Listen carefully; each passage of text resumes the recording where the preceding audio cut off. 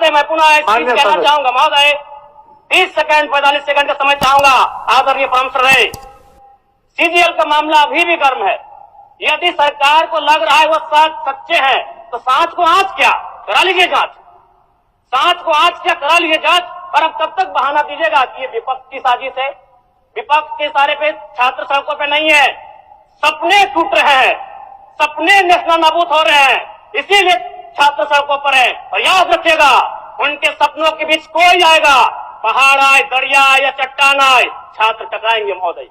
मैं फिर कहूंगा, यदि आप सच है तो सच को आंच क्या कराइए जांच, सीजीएल की जांच हो। मैं पुनः कहूंगा, खतियान आधारित स्थानीय नीति, विस्थापन नीति पुनः समीक्षा करते हुए लागू कैसे हो उस दिशा में राज्य बढ़ना चाहिए। महोदय, यदि वास्तव में मैया सम्मान की राशि 2,500 रुपए सम्मान है तो मैं चाहूंगा हम लोग एक सार्थक दिशा में बढ़िया महोदय। आज जितने भी माननीय हैं उनको बस की सुविधा दी जाए, जितने भी माननीय हैं अपने घर से ट्रेन की सुविधा से सदन आए, जितने भी माननीय हैं वो अपना टीए भत्ता का त्याग करे, जितने भी माननीय हैं यह जांच हो कि उनके बच्चे सरकारी स्कूलों में पढ़ते हैं या गैर सरकारी स्कूलों में पढ़ते हैं, निजी स्कूलों में पढ़ते हैं, इस विषय का भी जांच हो।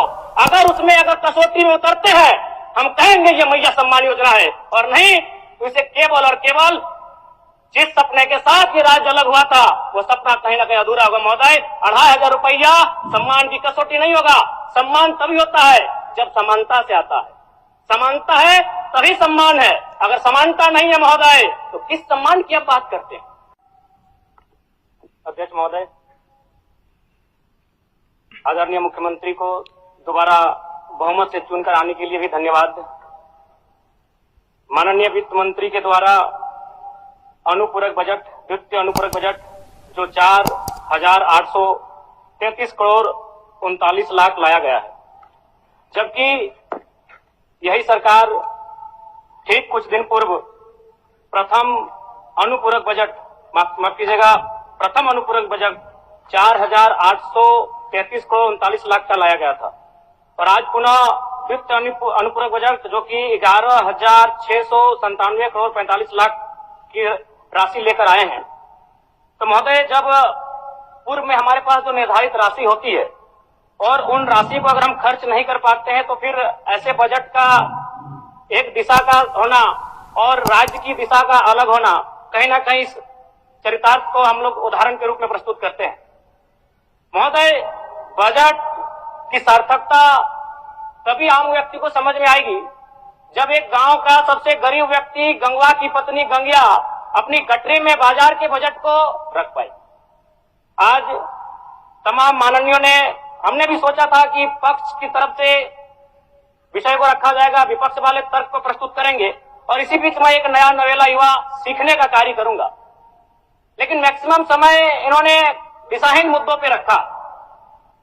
तो मैं, चूंकि मैया सम्मान योजना मूल बिंदु रही, केंद्र बिंदु रही, किसी ने उसे सम्मान कहा, नारियों का सम्मान कहा, महिलाओं का सम्मान कहा, हम लोग भी महिलाओं के सम्मान के पक्षधर हैं।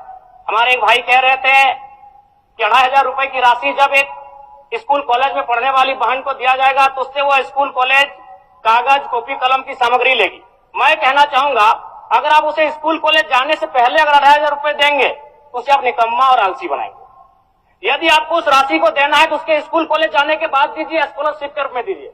मैं आज पुनः कहूंगा, क्योंकि आप सत्ता पक्ष में हैं, आप संभवतः अपने इस विषय को बचाएंगे, आप अपना पक्ष रखेंगे कि आपने मैया सम्मान योजना एक महान कार्य किया है। लेकिन मैं फिर कहूंगा, 18 साल, 25 साल, 30 साल की लड़कियों को जो आप फ्री में 2,500 रुपए दे रहे हैं, आप उनकी प्रतिभा को हनन कर रहे हैं, आप उनकी प्रतिभा को नकारात्मक दिशा में ले जाने कार्य कर रहे हैं महोदय। मैं इसे आप स्कॉलरशिप का रूप दीजिए।